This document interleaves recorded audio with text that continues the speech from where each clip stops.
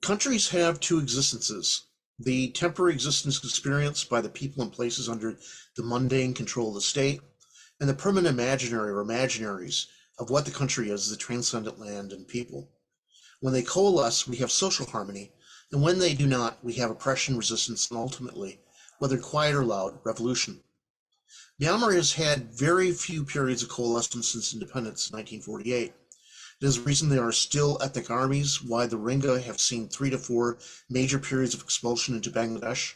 It is why the NLD leader is under arrest and undergoing trial right now, and why there is an alternative government, the NUG.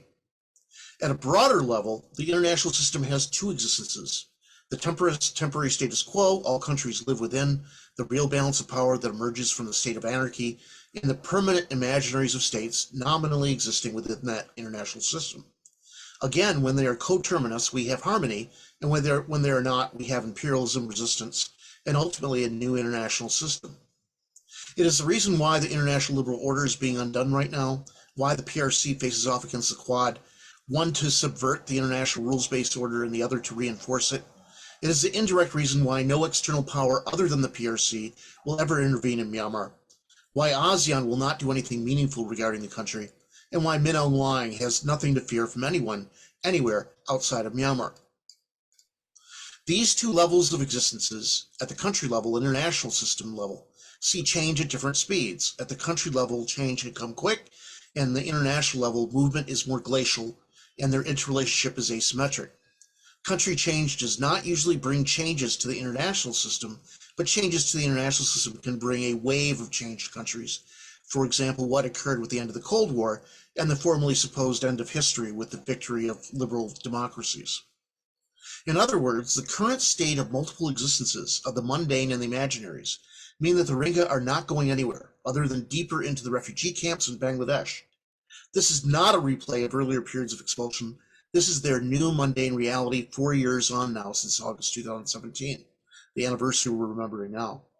Min Aung Hlaing state suits well the current condition of the international system, and that system is so weakened that it cannot extend liberal democracy to Afghanistan or save the Uyghurs, much less unseat the Damodar or force it into real political change. So my short talk here today is to reverse my historian's lens from the past to the present, to speculate on what I believe I know of what has happened so many times before in many different systems and countries, to promise only a dismal picture of the future. Those that seek a solution to the Rohingya condition and international solutions will not find it until there is a change in the current international system. And as I've said, this change is likely to be glacial, even if it moves in the right direction at all. The solution can only happen with country-level revolution.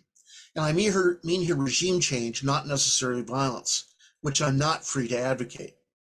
And this will have to occur facing not only the opposition of the Damodar, but also with a clear understanding that outside help, support from other states in the international system, will be weak or non-existent. The Rohingya cannot achieve this on their own, just as the NUG cannot achieve this on their own.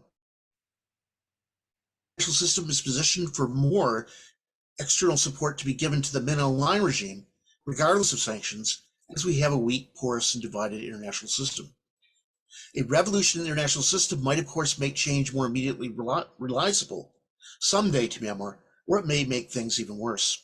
But the only short-term path to bringing the mundane existence of Myanmar into line with the best imaginaries of Myanmar is nothing short of state change within the country. Thank you very much.